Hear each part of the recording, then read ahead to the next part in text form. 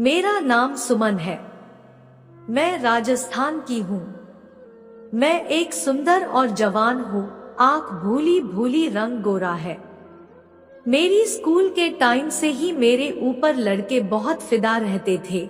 मैं school time ice cream चूसने का बहुत शौक था। लंबी वाली आइसक्रीम, मोटी वाली आइसक्रीम, काली वाली आइसक्रीम। मैं आइसक्रीम भी इतना चूसता था कि जब तक उसमें से राबड़ी ना निकल जाए।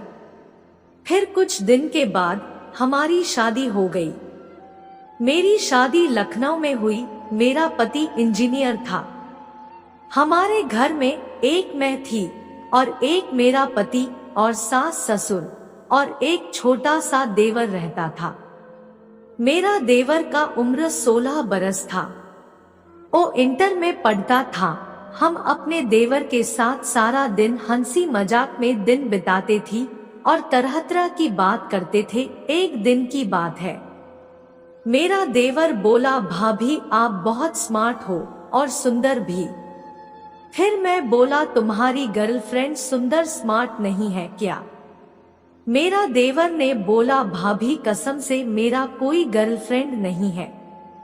मैंने बोला, क्यों, तुम तो बढ़िया स्मार्ट हो, तुम्हारी गर्लफ्रेंड क्यों नहीं है?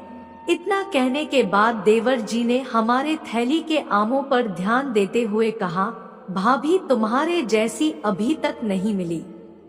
फिर मैं बोला कि तुम्हारे टाइम पास कैसे होता है?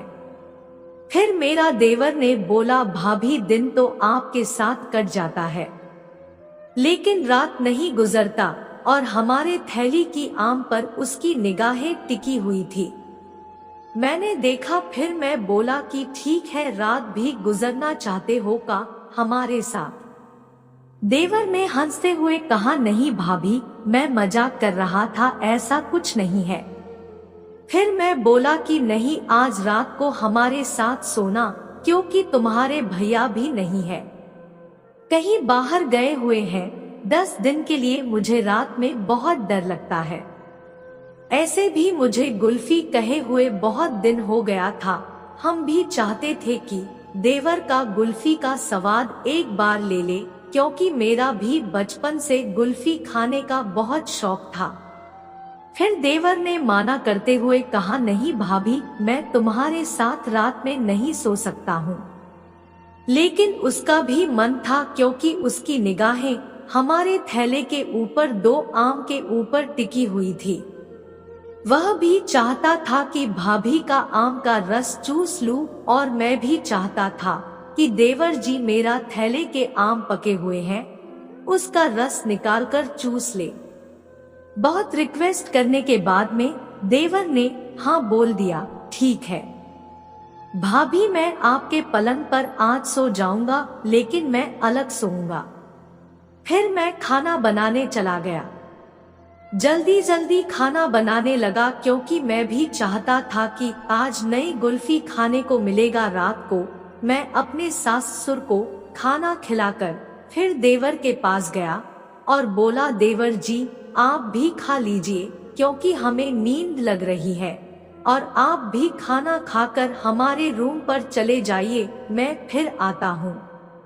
ठीक ऐसे ही प्लानिंग के साथ देवर ने खाना खाकर हमारे पलंग पर चला गया, और मैं गया तो देवर जी एक तरफ सोए हुए थे, लेकिन उसकी भी नींद नहीं लग रही थी, क्योंकि मैं दिन में ही उसके विचारों को समझा गया था। मैं रूम में जाते ही अपनी साड़ी निकाल दी और नाइटी मैक्सी पहनकर पलंग पर सोने लगा। मैं भी आज चाहता था कि मेरा देवर मेरा थैली में से आम निकालकर उसका रस चूस जाए, और हमारे नीचे वाला जो फ्रिज में रखा हुआ डबल रोटी उसका भी भोजन करे। लेकिन देवर तो एक तरफ मुंह करके सोया हुआ था। लेकिन फिर मैं अपनी दिमाग लगाते हुए सोने का नाटक करते हुए पलंग पर इधर से उधर पलटकर देवर के पास पहुंच गया। फिर देवर जी ने मेरे तरफ मुंह कर दिए और उनकी आंख बंद थी। मैं अपनी आंखों से देखा कि देवर जी अभी जगे हुए थे, क्योंकि मैं देख रहा था कि उनकी आंखें पूरी तरह नहीं बंद थी, और वह आंख थोड़ा एक बार खोल के भी देखें। फिर मैं समझ गया कि देवर जी भी चाहते हैं कि मेरे आम को दर्शन करे। फिर मैं अपने थैले में से दोनों आम को आधा बाहर निकलते हुए सोने का नाटक करने लगा। मैं चाहता था कि देवर जी का भी आज गुल्फी का स्वाद चखने का मन कर रहा था। फिर थोड़ी देर बाद देवर जी ने अपने झोली में से गुल्फी बाहर निकाल दिए, आंख बंद के लिए। फिर मैं देवर का गुल्फी अपने आंखों से देखने लगा, लेकिन देवर की आंखें बंद थी।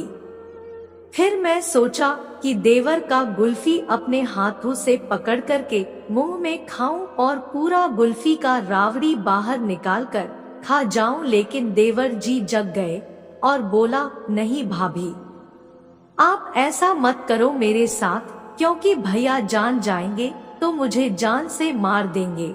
और इतना कहते हुए देवर ने रूम से बाहर निकल गया। मैं कुछ बोली इससे पहले अपने रूम में चला गया। मुझे बहुत गुस्सा आया अपने देवर के ऊपर। मन कर रहा था कि देवर का जान से मार दूं, क्योंकि मुझे गुल्फी दिखाकर भाग गया। जिस तरह खटाई को देखने पर मुंह से पानी आ जाता है, कोई न दे खाने के लिए तो बहुत गुस्सा आता है, उसी तरह मुझे भी आया। मैं उसी रात को सोच लिया और जिद पकड़ लिया कि अपने देवर की कुल्फी खा के रहूंगा। एक दिन देवर का सारा कुल्फी पेटी में से निकाल कर खा जाऊंगा और दूसरे के लिए थोड़ा भी नहीं छोड़ूंगा। मैं जिद के साथ सो गया। फिर सुबह हुई, चाय बनाया और सास ससुर को दिया और देवर के पास जब गया तो देवर जी डरे हुए थे, लेकिन मैं कुछ नहीं बोला, क्योंकि बगल वाला रूम में मेरे सास ससुर जी थे।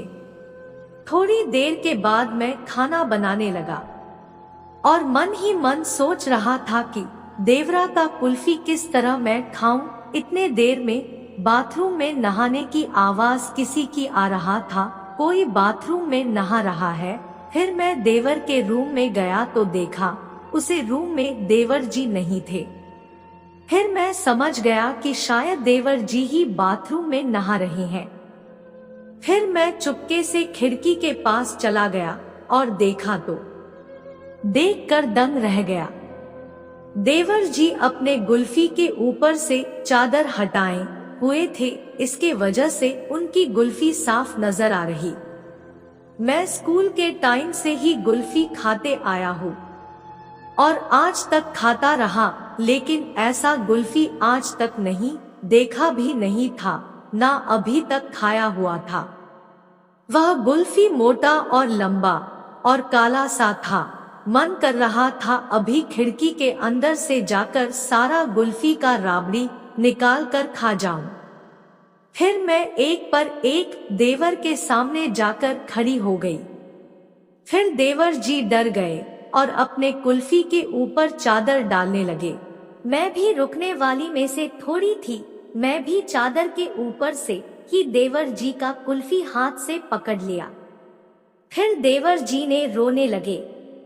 मुझे कोई दया मोह नहीं करते हुए देवर जी के गुल्फी के ऊपर से चादर हटाते हुए हाथ से पकड़ लिया। फिर देवर जी ने रोते हुए बोला, भाभी जी प्लीज मुझे छोड़ दो, मैं अभी बच्चा हूँ। लेकिन देवर जी का गुल्फी पूरा डंडे की तरह काला खड़ा था। मैं फिर भी देवर जी का कोई बात नहीं सुना और झुक गया और देवर जी की गुल्फी को मुंह में ले लिया और अंदर बाहर करने लगा। थोड़ी देर के बाद देवर जी रोना भी बंद कर दिया।